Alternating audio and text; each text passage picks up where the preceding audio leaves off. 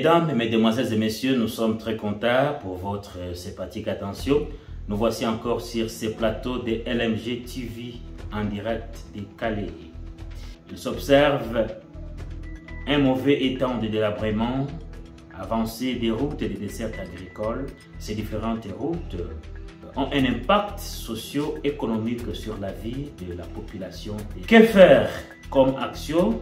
Nous aurons en discuter autour de ce sujet avec un notable que vous allez découvrir sous peu.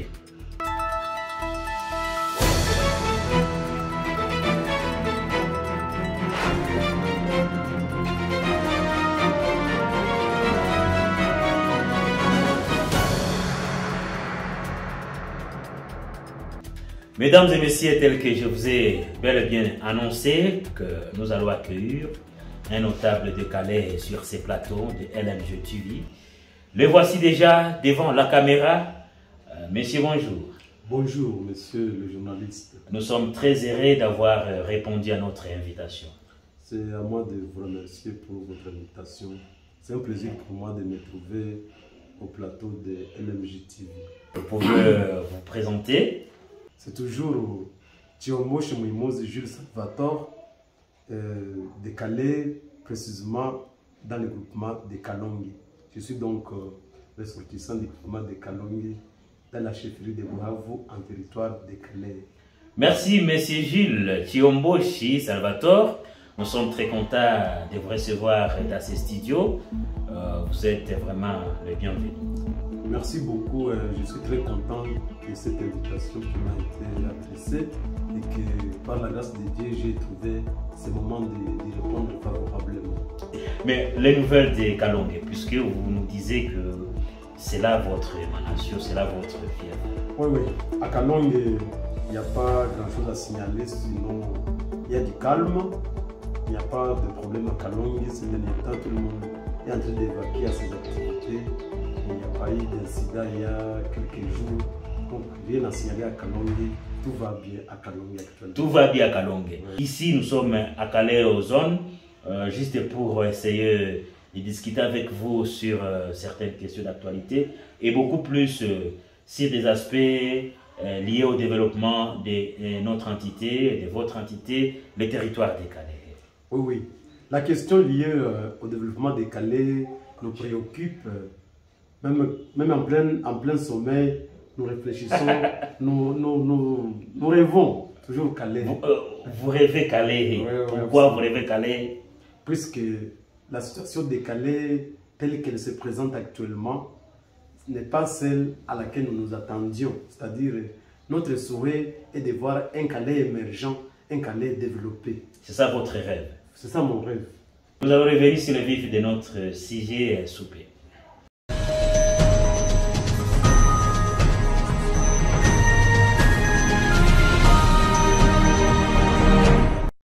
Mesdames et messieurs, tel que je vous l'ai annoncé, Calais connaît autant de routes, de dessertes agricoles qui sont à mauvais état. Cet état des choses impacte négativement sur la vie socio-économique de la population. Selon vous, monsieur Gilles, vous êtes notable de Calais. Que pensez-vous faire? Bon, merci beaucoup pour cette question qui est très pertinente.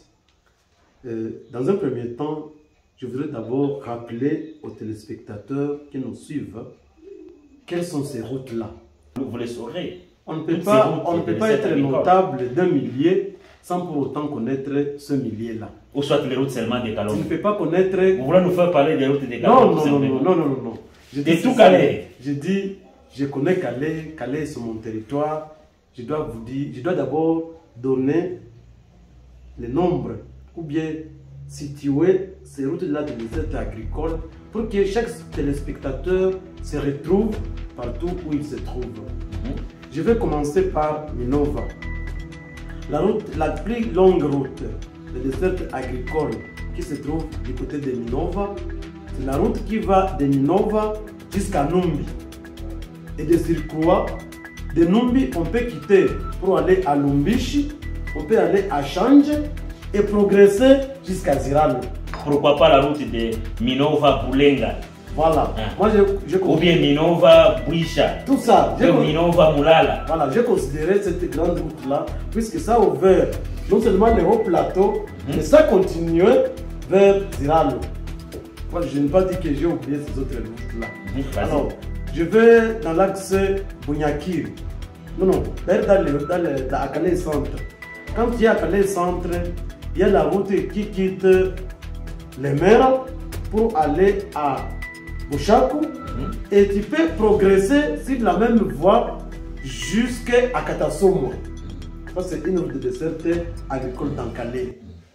Quand nous sommes à Bunyakiri, tu peux quitter Boulambika pour aller à Mubugu. Tu vois, tu passes par Karasi. Après Karasi, tu vas à Mubugu centre, à Chigoma.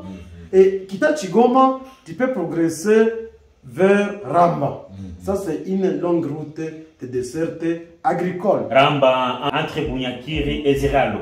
Entre Bunyakiri et Ziralo, oui. En passant par la voie là des piétons pour aller à Ziralo. Voilà. Alors, quand je quitte Bunyakiri, je monte un tout petit peu à Bitali. Il y a une route qui quitte également Blambika vers Bagama en allant vers Maïbano.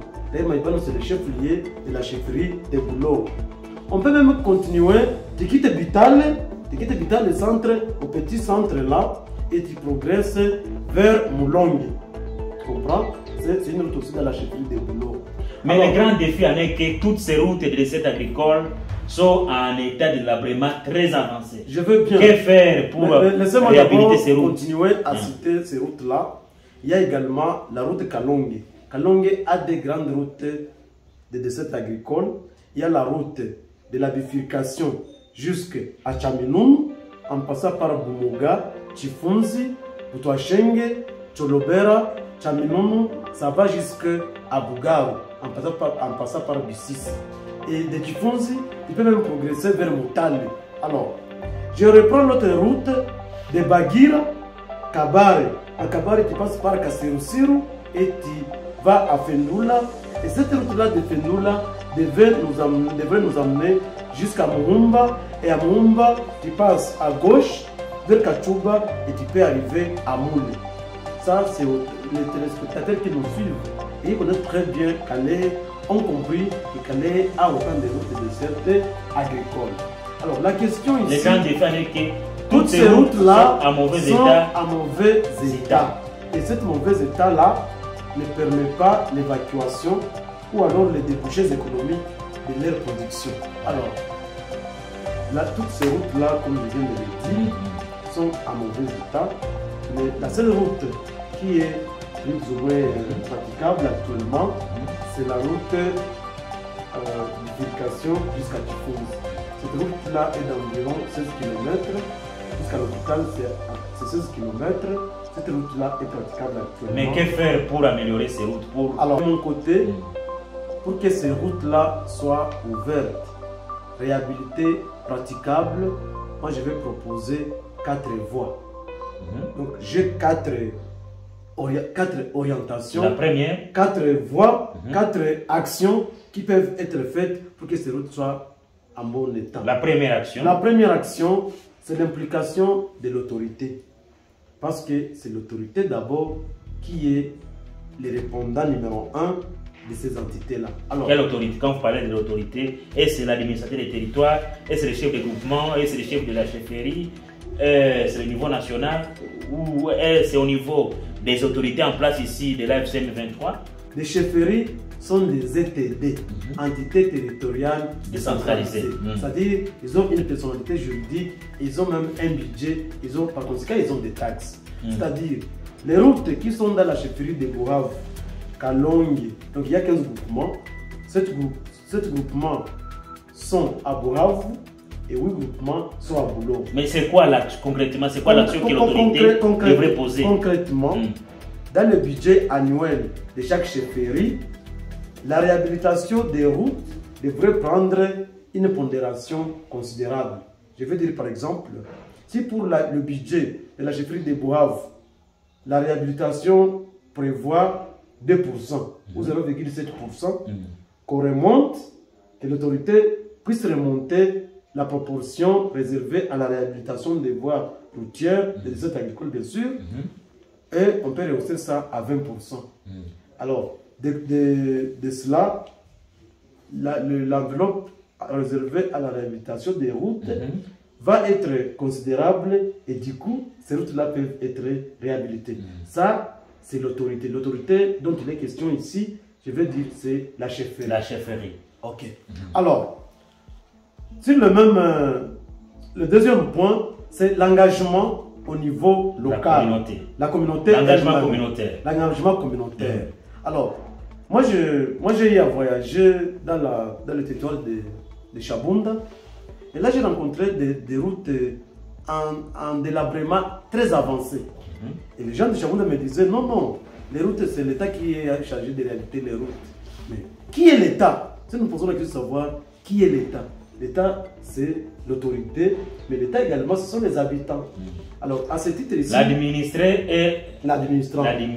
Et les territoires, tous ensemble, forment l'État. Alors, c'est maintenant chaque groupement. Comme je dis, nous avons 15 groupements à Calais. Que chaque groupement puisse s'organiser au niveau local. Et je me souviens quand moi, je défendais mon mémoire de LD, c'était l'impact de la participation locale aux actions de développement. Et moi, j'ai pris cas de la route Madiri de Kalongi. Et tu sais quoi? Cette route-là est de 15 km. Et ma théorie était simple.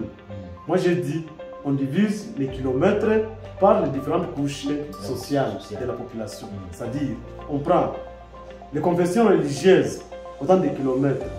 La jeunesse, autant de kilomètres. Les ASBEL, autant de kilomètres. Les chefs locaux, autant de kilomètres. Les associations des jeunes, autant de kilomètres. Les opérateurs économiques, autant de kilomètres. Et je vous dis, la route Madiriri, de cette théorie-là, parce que moi je suis passé de la théorie à la pratique, et je vous dis, vers les années, ça doit être en 2016-2017, non, c'est 2014-2015, 16-17, la route de Kalongi a été réhabilitée dessus de cette théorie-là. C'est-à-dire, c'était l'engagement communautaire. Il faut d'abord montrer quel est l'impact de cette route dans la vie de chaque jour. Et moi j'avais dit, s'il y a un malade à l'hôpital, comment on peut l'évacuer à Bukavu par l'ambulance? Il faut qu'il y ait une route. Si nous produisons des maniocs, alors qu'il n'y a pas de route, les maniocs qui vont produire dans les champs, il faut montrer que s'il y a la route, ça va, donc les véhicules vont amener les productions vers les lieux de consommation. Et il faut d'abord amener la population à s'approprier la route et comprendre que si cette route-là n'existe pas, il y a une partie de leur vie qui est en danger. Et avec l'engagement communautaire, et je dis c'est la plus grande voie qui est plus rentable. Troisième voie. Alors la troisième voie, il y a des élus. Moi je vais vous dire par exemple à Kalongi, nous avons des élus. Mais d'abord, à Calais, nous avons nous avons 4 élus au niveau national et 5 élus au niveau provincial. Donc nous avons au total 9 élus. Et je vais vous dire qu'à Calais, nous avons même un ministre national, le ministre des droits humains et des Calais. Alors, si on prend le ministre là, les 5 élus provinciaux et 4 élus, nous avons 10 personnalités politiques à Calais. Alors, quel serait le rapport dans le cadre de réhabilitation de ces routes? Les élus, je sais qu'un élu n'est pas un exécutant, mais dans le devoir de redevabilité, c'est-à-dire, nous au village, quand nous élisons pour quelqu'un, lui aussi, il devient redevable envers nous. Alors, mais concrètement, tu ne peux pas trouver. Concrètement, qu'est-ce que devraient faire les élus je vais vous dire pour répondre à ces défis des mauvais états de ces différentes routes et de ces Qu'est-ce que devraient faire ces élus? Les élus ont 3 choses à faire concrètement. Dans un premier temps, ils doivent amener les routes de Calais dans les programmes du ministère du développement rural. Le ministère du développement rural a un budget considérable de réhabiliter les routes de desserte agricole. Ça, c'est le rôle des plaidoyers. Vous voulez dire qu'ils n'ont jamais fait ça? Bon, c'est à eux-mêmes de nous dire. Si par exemple vous êtes 5, 10 personnes, alors vous amenez un plaidoyer, mais au finish, il n'y a pas de feedback. Qu'est-ce que la population va retenir? Ça, c'est le premier rôle des élus. Donc, au niveau national, même au niveau provincial, nous avons un ministère le ministère de l'Agriculture. Développement rural, oui. Oui, oui. Au niveau provincial, les élus de Calais doivent souscrire quelques routes des aides agricoles dans le programme du gouvernement provincial. Dans les 5 cas, au moins 5 routes devraient être réalisées. Mais dans le cas actuel, on est en guerre. Hein, on est en guerre. Il y a l'armée révolutionnaire qui a presque plus autant d'entités de Calais. Ces entités sont sous contrôle de l'armée AFCM 23 et une autre partie sous contrôle des FARDC de Ouazalendo. Alors, hein, comment les élus devraient intervenir actuellement dans le cadre d'apporter leur appui, leur contribution dans l'amélioration de ces routes de l'INSET agricole? Comment? Moi, je vais vous dire, hein, chez moi, je ne cesse pas de donner l'exemple de chez moi à Kalongi. Nous avons des élus, l'honorable Natabaye Kadjibouane, honorable Fungulo Lebon. Ces deux personnalités-là ont dit... Natabaye, il est au niveau national et Lebon Fungulo est au niveau de la province. Oui. Mais chacun d'entre eux a dit: je ne resterai pas bras croisés devant le délabrement des routes de Kalongi. Natabaye a mis un nombre de cantonniers dans la route. Les bons aussi a mis un nombre important de cantonniers dans cette route-là. Et c'est grâce à ces cantonniers-là que la route reste toujours praticable. Mais là, vous focalisez à Kalongi. Il est territorial. Alors, je vais vous dire, il est territorial, oui. Il est même national. Nous avons, par exemple, de la même manière que Natabaye fait à Kalongi, Jean-Pierre Namoussie devrait faire ça à Calais Centre. Tu comprends ça? Alors, quand nous allons à Bunyakiri, il y a l'honorable Didier Kitoumaïni qui doit aussi faire la même chose. Quand nous allons à Calais Profond, il y a aussi... À Calais Centre, il y a aussi. Ambinga Sud. Même jusqu'à Nino, Mouini aussi doit faire quelque chose. Écoutez. Nous avons 4 députés nationaux à Calais. Écoute-moi. Et c'est bien réparti, si tu veux que je le dise.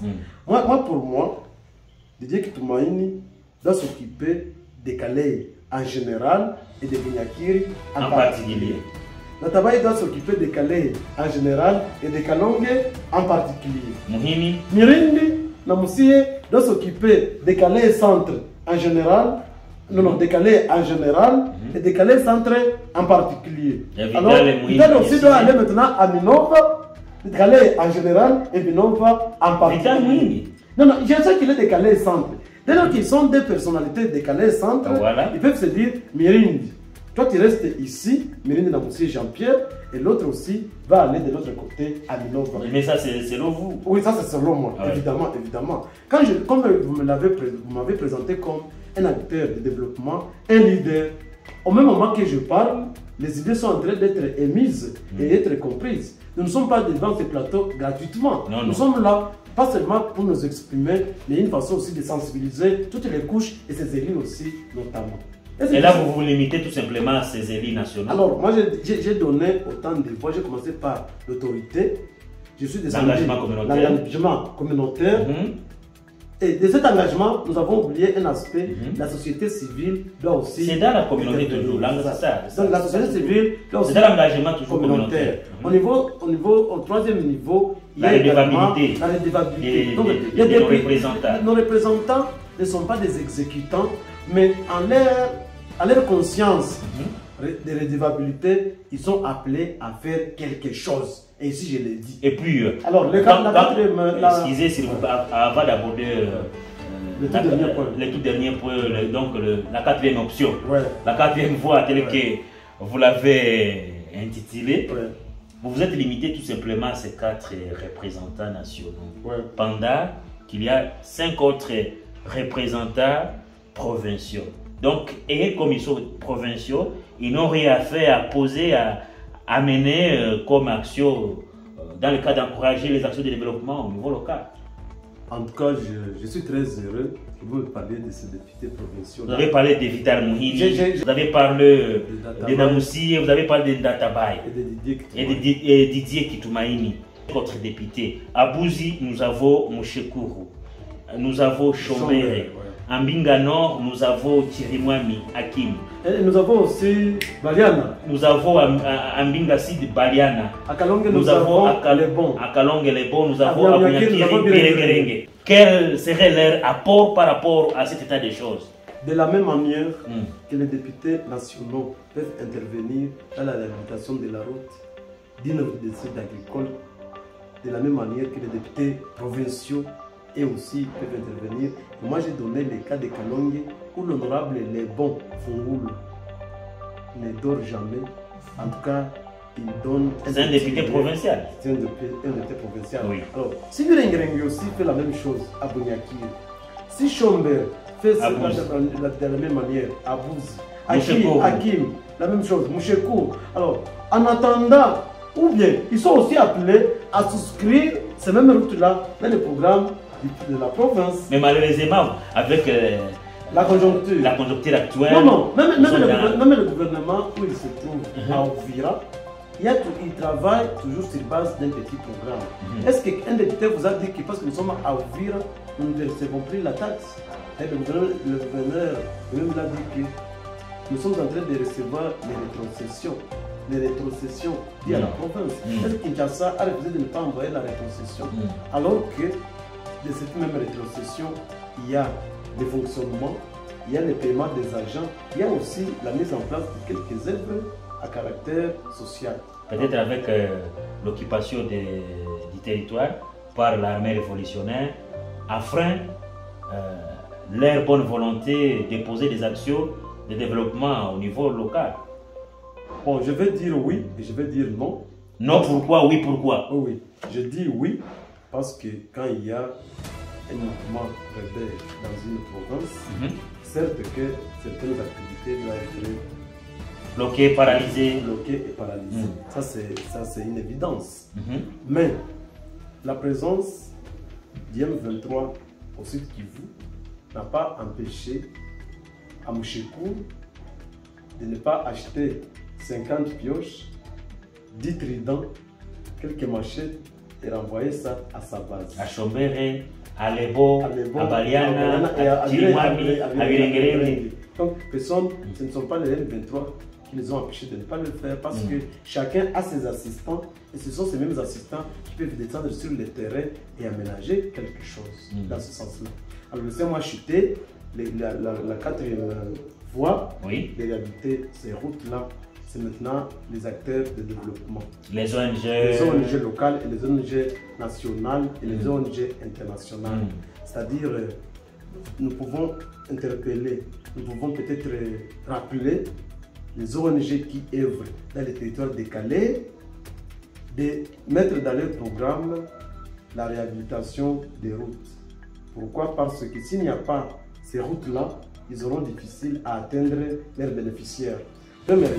Mais avant peut-être de vous résumer, il est important de souligner le tronçon routier Kavumu-Minova. C'est une conséquence de cette guerre ici, puisqu'il y avait déjà un programme qui était déjà lancé pour réhabiliter la RND. Et puis, c'est un secret de polichinelle. L'honorable Vital Mouini s'est donné beaucoup, il s'est activé dans les plaidoyers afin que ces projets puissent commencer, mais malheureusement avec l'état actuel de la guerre, en tout cas, presque bloqué. La route, le projet est toujours là et là, le projet a connu l'arrivée de la rébellion, du mouvement, oui, de la FM23, a fait que les projets puissent être bloqués. Il y a quelque chose que je voulais soulever. L'axe Minova, Makelele, Makelele, vers Mbinga Nord. Nous avons appris qu'il y a PAM qui se traite avec une ONG locale qui est en train d'aménager ces tronçons routiers d'intérêt national. Mais ça permet aussi... C'est ça que j'ai insinué. Ils ont compris que si cette route-là n'est pas réhabilitée, les enjeux ne vont pas passer. L'aide humanitaire ne va plus arriver. Il y a une partie de l'enveloppe qu'on doit soutirer pour faire que les engins puissent passer. C'est dans ce sens-là que cette route-là, Makelele, est en train d'être réhabilitée sur la RND. Voilà. Oui, c'est une bonne chose, mais retournons dans le cadre des routes de cette agricole. La réflexion de ces routes vraiment aurait une importance capitale. Concrètement maintenant, je ne sais pas qu'est-ce que vous pouvez formuler comme une recommandation ou bien comme une opinion afin que l'on puisse quand même faire quelque chose pour l'amélioration de ces différentes routes. Alors, je vais d'abord résumer les 4 voies que j'ai mises. Et ce sont là, ces voies-là, de ces voies-là qui va découler ma recommandation. Alors, la première voie était l'autorité qui en est le premier responsable. La deuxième voie, c'était l'engagement communautaire. Troisième voie, c'était l'engagement des élus. Et quatrième en fait, c'était des ONG. C'est ça. Alors, la recommandation maintenant, mes recommandations, moi, nous sommes en guerre. Nous sommes dans une période d'atrocité, nous sommes dans une période de guerre. Alors, est-ce qu'on ne peut pas attendre lorsque la situation sécuritaire s'améliorera? Oui, il y a certaines couches. Que ce soit le moment de venir maintenant pour il y a certains décideurs qui ne peuvent pas décider actuellement. Moi, par exemple, je ne vois pas la chefferie en train de se organiser actuellement avec le mouvement ici. Mais l'engagement communautaire, donc quiconque est un acteur communautaire doit savoir que même pendant cette période-là, nous sommes appelés à travailler. C'est-à-dire, on ne va pas dire que parce que nous sommes en guerre, maintenant on va croiser les bras. C'est plutôt pendant cette période-là, pendant cette période d'ici, que nous sommes appelés à travailler doublement. Parce que la vie est en danger. Maintenant, on doit travailler 2 fois plus que quand nous sommes dans la paix. Pour que cette situation-là ne puisse pas venir exacerber une situation qui est déjà chaotique. Donc moi j'appelle l'engagement communautaire. Les élus qui sont à Kinshasa, ils ont leurs événements. Même ceux qui sont à Ouvira, ils devraient savoir que pendant cette période-là, d'ailleurs en Kiswahili chez nous à Calais, on dit que wakati mtu iko magumu, ndio anajua rafiki yake mzuri. C'est-à-dire, nos populations sont en difficulté. C'est maintenant que la population a besoin d'accompagnement. La population a besoin de cet appui-là pour qu'elle puisse monter la résilience et faire face à l'impact ou à la pression de la guerre, c'est ça.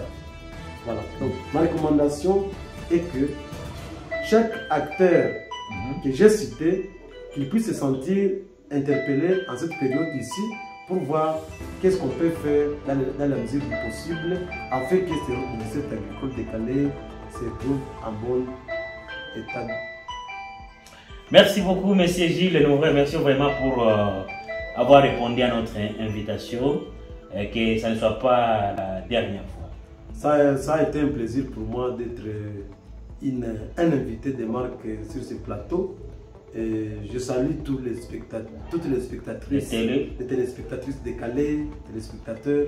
Je vous salue chacun où il se trouve et je vous invite à être fort, à être résilient et je vous dis que même pendant cette période, nous sommes appelés à travailler pour l'amélioration des états de nos routes de desserte agricoles. Merci beaucoup, au plaisir. Au plaisir.